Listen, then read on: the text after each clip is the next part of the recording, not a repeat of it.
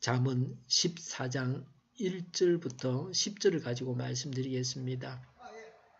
1절에 지혜로운 여자는 집을 세우지만 어리석은 여자는 제 손으로 집을 무너뜨린다고 했습니다. 가정의 흥망이 여자에게 달려 있습니다. 집을 세우는데 남편도 중요하지만 아내 역시 중요합니다. 아내의 역할이 절반이나 그 이상이라고 해야 할 것입니다. 지혜로운 여인은 가정을 화목하게 합니다. 식구들을 잘 보살핍니다. 가게를 풍성하게 합니다. 집을 번영하게 합니다. 풍성하게 합니다. 가문의 명예를 일으킵니다. 미련한 여인은 부도덕하고 게으릅니다. 도덕적, 물질적 파탄에 이르게 합니다. 잠언 31장 10절에 유능한 아내는 진주보다 더 뛰어나다고 했습니다. 성경은 여성 자체를 비하하지 않습니다. 여기서 강조는 지혜에 있습니다. 며칠 전 텔레비에 보니까 반찬 가게를 하는 부인이 돈을 굉장히 많이 모았다. 10몇 억인가 집을 몇 개를 사고 남편 공장을 지어주고 그랬다는 거예요. 처음에 남편이 그 3,000원짜리 반찬 팔아가지고 얼마나 남겠느냐고 그랬는데 그렇게 돈을 많이 벌었다. 그거 못하게 해서 큰일 날 뻔했다 그러는데요. 집을 일으키는 여인이다. 그렇게 말할 수 있습니다. 경제적인 측면에서 그러합니다. 또 신앙적인 측면에서는 열심히 기도하는 분이 가문을 일으킨다. 또 자녀를 잘 키운다. 그렇게 말할 수 있습니다. 이절에 바른 길을 걷는 사람은 주님을 경외하지만 거릇된 길을 걷는 사람은 주님을 경멸한다고 했습니다. 하나님을 경외하느냐 아니냐에 따라서 행동이 다릅니다. 하나님을 경외하면 정직하고 성실하고 경건한 삶을 삽니다. 하나님을 경멸하는 자는 자기 이익을 추구하기 위해서 어떤 악행도 서슴없이 행합니다. 거릇된 길을 걸어서 하나님을 경멸합니다. 사람이 저지르는 잘못과 죄는 하나님을 경멸하는 것입니다. 하나님을 경외하면 죄에서 떠나게 되어 있습니다. 4절에 소가 없으면 구유는 깨끗하지만 소가 힘을 쓰면 소출이 많아진다고 했습니다. 일꾼이 노력해야 소출이 많아지게 됩니다. 소가 일을 해서 수확을 많이 얻게 합니다. 일하는 사람이 적은 기업도 있지만 일하는 사람이 많은 기업도 있습니다.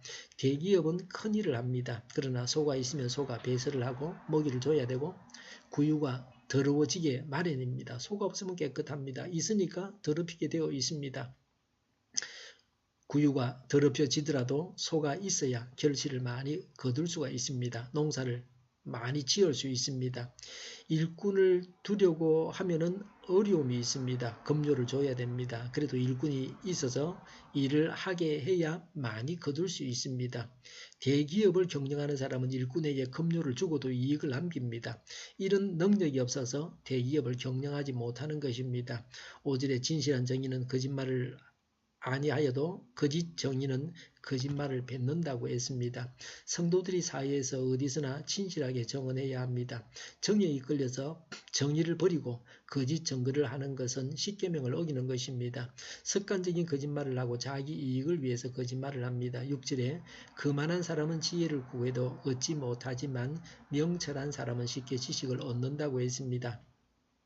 지혜는 하나님을 경외하는 겸손한 자에게 주어집니다. 하나님을 경멸하고 자신의 능력을 의지하는 거만한 자는 지혜를 구해도 얻지 못합니다. 7절에 미련한 사람의 앞을 떠나라. 내가 그의 말에서 지식을 배우지 못할 것이다 라고 했습니다. 미련한 자는 무절제하고 교양이 없고 우둔한 자입니다. 교만하여서 하나님을 대적하는 습성을 가진 자입니다. 이런 자를 멀리하고 사귀지 말아야 합니다. 이런 자와 사귀다가 같이 악행을 하게 되고 하나님의 심판을 받게 됩니다. 8절에 슬기로운 사람의 지혜는 자기가 가는 길을 깨닫게 하지만 미련한 사람의 어리석음은 자기를 속인다고 했습니다. 지혜로운 자가 되어 내일 일을 알아야 합니다. 죽은 다음의 세상에 대해서 아는 지혜가 있어야 합니다. 불신자들은 스스로를 속입니다. 9절에 어리석은 사람은 속죄 제사를 우습게 여기지만 정직한 사람은 하나님의 은총을 누린다고 했습니다. 어리석은 자는 죄를 짓고도 양심의 가책이 없습니다. 영적으로 무감각합니다. 이것이 미련한 자가 하나님의 은혜를 받지 못하는 이유입니다. 정직한 자는 범죄하기를 두려워하여 죄를 짓지 않습니다. 죄를 짓더라도 회개함으로 하나님의 은혜를 받게 됩니다.